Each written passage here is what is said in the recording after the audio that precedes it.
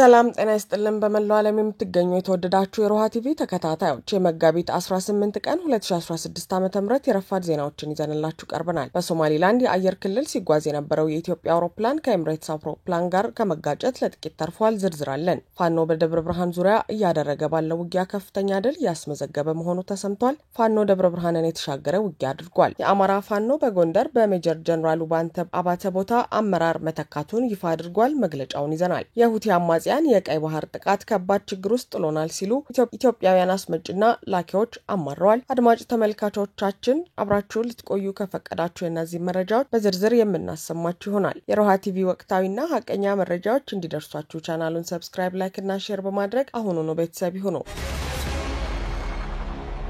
በሶማሊላንድ አየር ክልል ሲጓዝ የነበረ የኢትዮጵያ አውሮፕላን ከኤምሬትስ አውሮፕላን ጋር ከመጋጨት ለጥቂት ተረፈ። የራስ ገዟ ሶማሊላንድ ሲቪል አቪዬሽን እና ኤርፖርቶች ባለስልጣን እንዲሁም የሶማሊላንድ ብሔራዊ የቴሌቪዥን ጣቢያዎችን ዋቢ አድርገው ካፒታል ባሰራጨው ዘገባ የአውሮፕላን ግጭቱ ለጥቂት ሳይከሰት ተርፏል። ዘገባው የኢትዮጵያ አውሮፕላን በሶማሊላንድ አየር እየበረረ በሌላ አቅጣጫ ሲመጣ ከነበረ የኤምሬትስ አውሮፕላን ጋር ከመጋጨት ለጥቂት ተርፏል ይላል። ባለስልጣን መስሪያ ቤቱ ባሰራጨው በዚህ መረጃ በ37000 ጫማ ከፍታ ላይ ሲበር የነበረው የኤምሬትስ አየር መንገድ በተመሳሳይ ርቀት ላይ ከነበረው ከኢትዮጵያ አየር መንገድ ጋር ከመጋጨት ለጥቂት ተርፏል ብሏል። ከሞቃዲሾ የአየር ትራፊክ ተቆጣጣሪዎች በተሰጠ ትዕዛዝ በተመሳሳይ የጫማ ከፍታ ላይ ሲበሩ የነበሩት ንብረትነታቸው የተባበሩት አረብ ኤምሬትስና የኢትዮጵያ የሆኑት አውሮፕላኖች በድጋሚ ከመጋጨት አደጋ ተርፏል ሲል ገልጿል። የካቲት ወር ላይ በተመሳሳይ አጋጣሚ የኢትዮጵያና የኳታር አየር መንገዶች ንብረት የሆኑት አውሮፕላኖች ከመጋጨት ለጥቂት መትረፋቸውን የሶማሊላንድ የሲቪል አቪዬሽንና ኤርፖርቶች ድርጅት ገልጾ ነበር። የአሁኑ ክስተት የተፈጠረው እሁድ መጋቢት 15 ቀን 2016 ዓ.ም ነው ተብሏል። በዕለቱ 37000 ጫማ ከፍታ ላይ ሲበር የነበረ የኤምሬትስ አየር መንገድ አውሮፕላን በረራ ቁጥር UAE 722 እና በተመሳሳይ በ37000 ከፍታ ላይ ከነበረው የኢትዮጵያ አየር መንገድ የበረራ ቁጥር ETH 690 ለመጋጨት ጥቂት ደቂቃዎች ብቻ ሲቀራቸው የሶማሊላንድ የአየር ትራፊክ ተቆጣጣሪዎችና ኢትዮጵያ አየር መንገድ አውሮፕላን አብራሪ ባደረጉት ጥረት አብራሪው በፍጥነት ከፍታውን በመቀየር ወደ 39 ጫማ ከፍ እንዲል በማድረግ የተፈራው አደጋ ለጥቂት ሳይደርስ እንዲቀር ተደርጓል ተብሏል። ለተፈጠረው ለዚህ ክስተት የሶማሊላንድ የሲቪል አቪዬሽን እና ኤርፖርቶች ባለስልጣን የሞቃዲሾ ትራፊክ ተቆጣጣሪዎችን ወቅሷል። መሰል ቸልተኝነትና የእውቀት ማነስ ሞቃዲሾ በሚገኙ የሶማሊያ የአቪዬሽን ባለሙያዎች በተደጋጋሚ እየተፈጠረ መሆኑን ዓለም ይወቅ ብሏል። ሁኔታው የአየር ደህንነትን አደጋ ላይ የሚጥል መሆኑን አጽንኦት ሰጥቶበታል። በዚህ ጉዳይ እስካሁን በኢትዮጵያ አየር መንገድም ይሁን የዩናይትድ አረብ ኤምሬትስ አየር መንገድ የተባለ ነገር ባይኖርም ከሳምንታት በፊት የአየር መንገዱ ስራ አስፈጻሚ መስፍን ጣሰው የደህንነት ስጋት አለብን ማለቱ ይታወሳል። በዚህም በሶማሊያ አየር ክልል መጓዝ ሙሉ በሙሉ አቁመናል ብለው ነበር።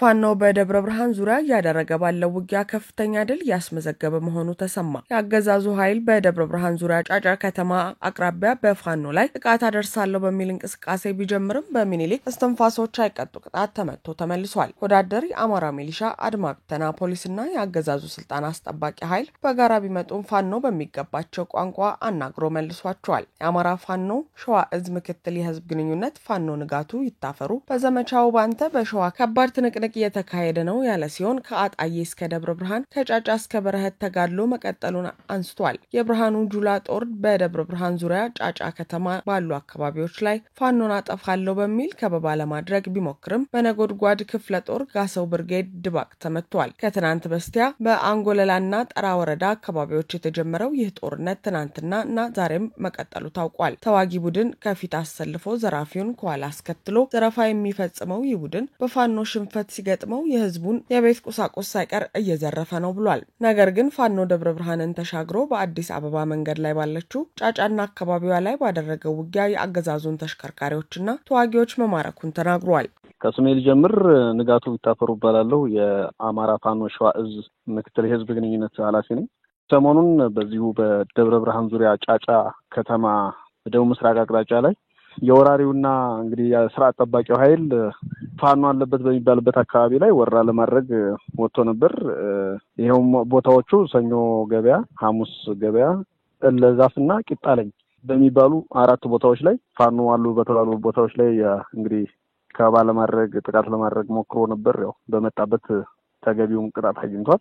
ይሄን የፈጸመው እንግዲህ የአማራ ፋኖ ሸዋ እዝ ነጎድጓድ ክፍለ ጦር ጋታው ብርጌድ ሻለቃ 1 እና 2 ናቸው። እንግዲህ የጋታው ብርጌድ አመራር ፋኖ አለሙ የሚመራው ኃይል ነው ይሄንን ጥቃት የፈጸመው በመከላከያ ላይ። ጥሩ ቅጣት ተቀጥቶ እንግዲህ ሞትና ቁስለኛውን አንስቶ ሄዷል። ከዛ በዘለለ በዚሁ ባንጎለላ ነጠራጫጫ ከተማ በደቡብ ምስራቅ አቅጣጫ ላይ እንግዲህ የጠላት ይጠቀምበት የነበረ አንድ አምቡላንስ፣ አንድ ፒክአፕ እና አንድ ያማሃ ሞተር በምርኮ ገቢ ሆኗል።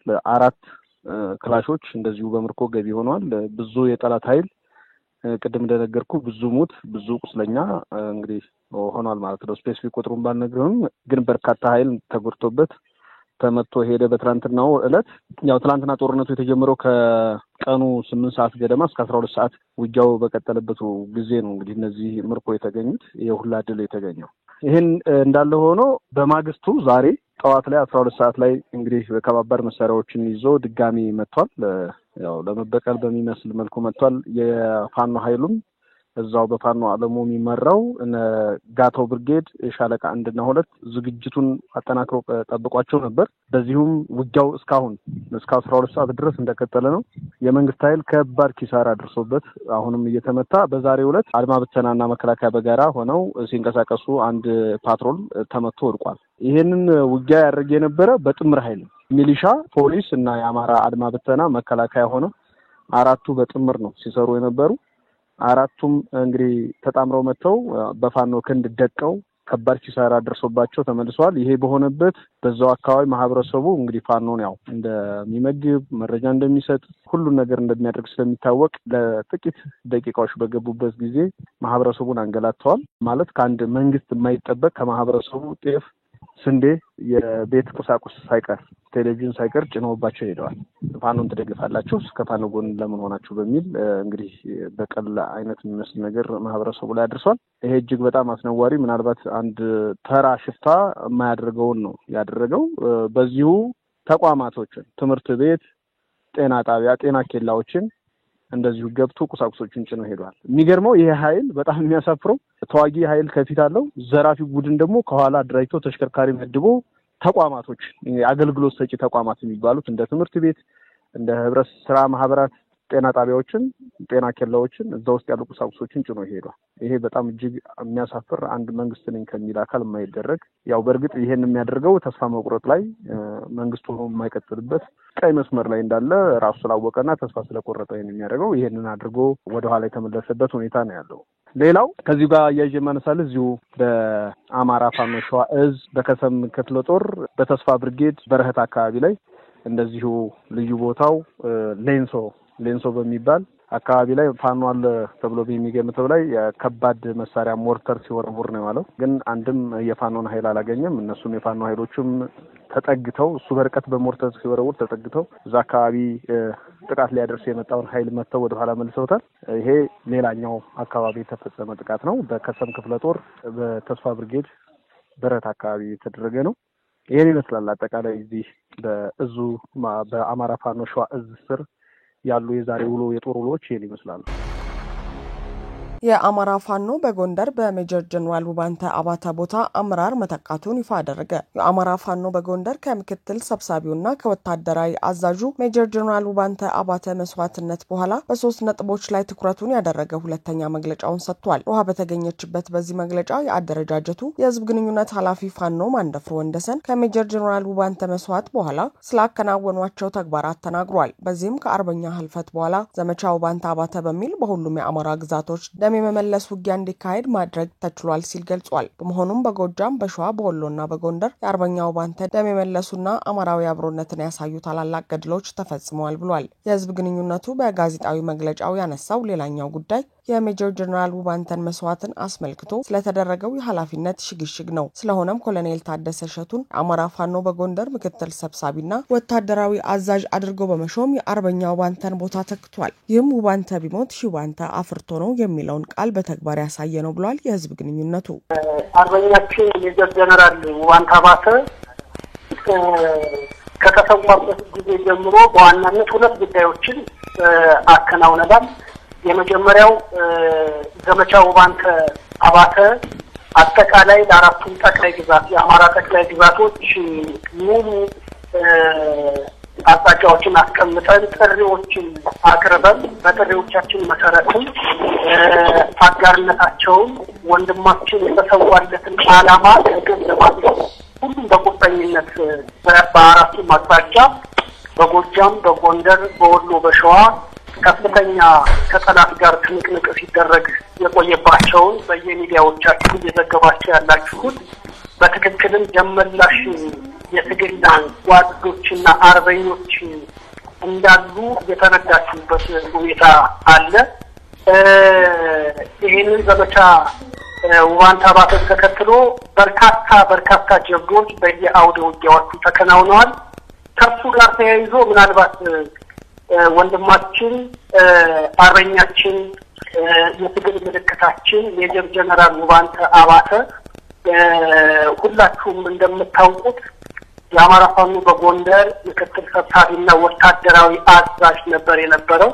እንግዲህ ወንድማችን ከተሰዋ በኋላ ወንድማችን ሕያው እንደሆነ ሺህ ውባንታዎችን እንደተካና እንዳፈራ ደግሞ የሱ ቦታ የሚተኩ የአመራር ሽግሽጎችን አድርገናል። ሁለተኛው ነጥባችን የአመራር ሽግሽግ አድርገናል። በዚህ መሰረት የወንድማችንን የአርበኛችንን የትግል ምልክታችንን ሜጀር ጀነራል ውባንታ አባተን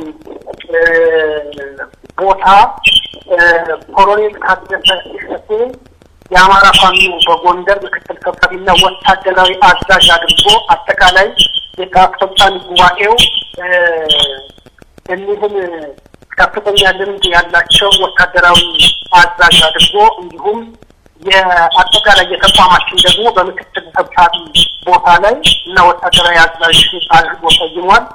ኮሎኔል ታደሰ ሲሰጤ ከዚህ ቀደም በዚህ በተቋማችን ውስጥ የወታደራዊ እቅድና ስትራቴጂ ኃላፊ የነበሩ ናቸው። የዛሬው ቦታ ደግሞ ኮሎኔል አሸናፊ ይሁን የተባሉ ወንድማችን የካቸውን ቦታ እንዲተኩ ተደርጓል። ኮሎኔል አሸናፊ ይሁን የአማራ ፋኖ በጎንደር ወታደራዊ እቅድና ስትራቴጂ መምሪያ አዛዥ ተደርገው ተሰይመዋል። የኮሎኔል አሸናፊ ይሁን ቦታ ደግሞ በዚህ በሰሜን አማራ ፋኖ አካባቢ ወደ በረሃው አካባቢ በርካታ ኃይልን ይዞ እየተንቀሳቀሰ የሚገኘው አርበኛችን ወንድማችን አድኑ ዋሴ የአማራ ፋኖ በጎንደር ምክትል ወታደራዊ እቅድና ስትራቴጂ መምሪያ ኃላፊ አድርገን አስቀምጠናል ማለት ነው። ከዚህም በተጨማሪ አደረጃጀቱ በውጭ ድጋፍ የሚያሰባስቡና የሚዲያ እንቅስቃሴዎችን የሚቆጣጠሩ 7 አባላት ያሉትን ቡድን ማዋቀሩን ይፋ አድርጓል። ሶስተኛው ጉዳይ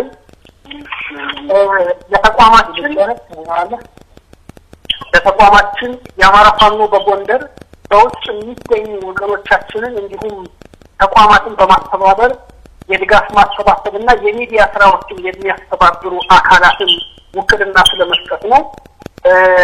ይሄንን በተመለከተ እንግዲህ በርካታ ውይይቶችን አድርገን በውጭ የሚገኙ ወንድሞቻችን ለትግሉ ያላቸውን አበርክቶ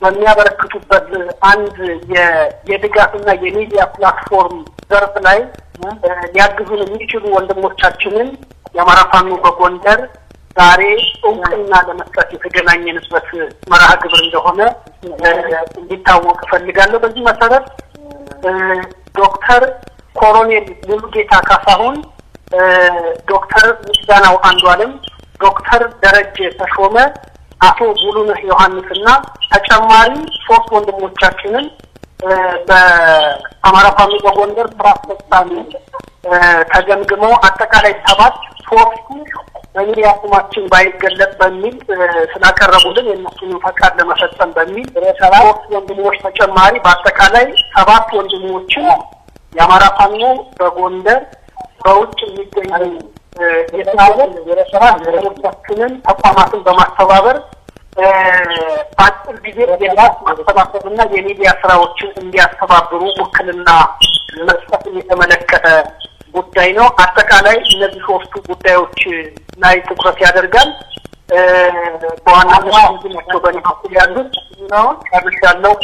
ተመልካቾቻችን የአማራ ፋኖ በጎንደር የሰጠውን ጋዜጣዊ መግለጫ ሙሉ ክፍል በሮሃ ቲቪ የዩቲዩብ ቻናል የምናቀርብላችሁ ይሆናል። የሁቲ አማጽያን የቀይ ባህር ጥቃት ከባድ ችግር ውስጥ ጥሎናል ሲሉ ኢትዮጵያውያን አስመጭና ላኪዎች አማረሩ። የሁቲ ታጣቂዎች በቀይ ባህር የጭነት መርከቦች ላይ በሚፈጽሙት ጥቃት ሳቢያ ትልልቅ የመርከብ ኩባንያዎች ወደ አካባቢው ስለማይመጡ ኤክስፖርተሮች ከባድ ችግር ውስጥ መውደቃቸውና በስራቸው ላይ መስተጓጎል እየገጠማቸው እንደሆነ ተገልጿል። በቀይ ባህር በተከሰተው የጸጥታ ችግር ሳቢያ ትልልቅ የመርከብ ኩባንያዎች ወደ አካባቢው መምጣት መቀነሳቸውን፣ የተወሰኑትም ሙሉ ለሙሉ መቆማቸውን የኢትዮጵያ የባህር ትራንስፖርትና ሎጂስቲክስ አገልግሎት ድርጅት ምንጮች እንደገለጹት ሪፖርቱ ዘግቧል። በተለይ የኢትዮጵያን ቡና ወደ ተለያዩ የዓለም ክፍሎች የሚያጓጉዝ የመርከብ ድርጅቶች ወደ ስፍራው ስለማይመጡ ቡና ላኪዎች ችግር ውስጥ መውደቃቸውን ገልጸዋል። በቀይ ባህር በተከሰተው የጸጥታ ችግር ምክንያት የመርከብ ኩባንያዎች ወደ ጅቡቲ ወደብ ስለማይመጡ የኮንቴነር እጥረት በመከሰቱ በርካታ የቡና ኤክስፖርተሮች ቡና ለመላክ መቸገራቸውንና በቡና ኤክስፖርት የተሰማሩት አቶ ንጉሴ ለገሰ ተናግረዋል። ላኪ ግለሰቦችም ሆኑ ድርጅቶች በኬንያ የሚገኘውን የሞምባሳ ወደብ እንዲጠቀሙ አማራጭ መቅረቡን፣ ነገር ግን የቡና ኤክስፖርተሮች በትንሹ 38 ሜትሪክ ቶን የሚይዝ ኮንቴነር እንደሚጠቀሙ አክለው አቶ ንጉሴ ገልጸዋል። ከናይሮቢ ወደ ሞምባሳ በሚወስደው መንገድ የሚፈቀደው 28 ሜትሪክ ቶን ኮንቴነር ማጓጓዝ ስለሆነ ይህ አሰራርም ከኢትዮጵያ ቡና ላኪዎች ፍላጎት ጋር የማይጣጣም መሆኑን አብራርተዋል። የባህር ትራንስፖርትና ሎጂስቲክስ አገልግሎት ድርጅት ከጅቡቲ እስከ ደቡብ አፍሪካ በማጓጓዝ የቡና ምርት ለማስረከብ እቅድ መያዙን ጠቅሰው እንዲህ አይነቱ ረጅም ሂደት በኤክስፖርተሮች ላይ ተጨማሪ ወጪ የሚያስከትል መሆኑን አስረድተዋል። እስካሁን አንድ የመርከብ ድርጅት ብቻ አገልግሎት እየሰጠ መሆኑን የተናገሩት አቶ ንጉሴ የችግሩንም አሳሳቢነት በመረዳት መንግስት አፋጣኝ ምላሽ መስጠት ይኖርበታል ሲሉ መናገራቸውንም ዘገባው አክሏል። ተመልካቾቻችን የሰዓቱ የሮሃ ቲቪ ዜናዎች የተከታተላችኋቸውን ይመስሉ ነበር። አብራችሁን ስለነበራችሁ ከልብ እናመሰግናለን። ሰላም።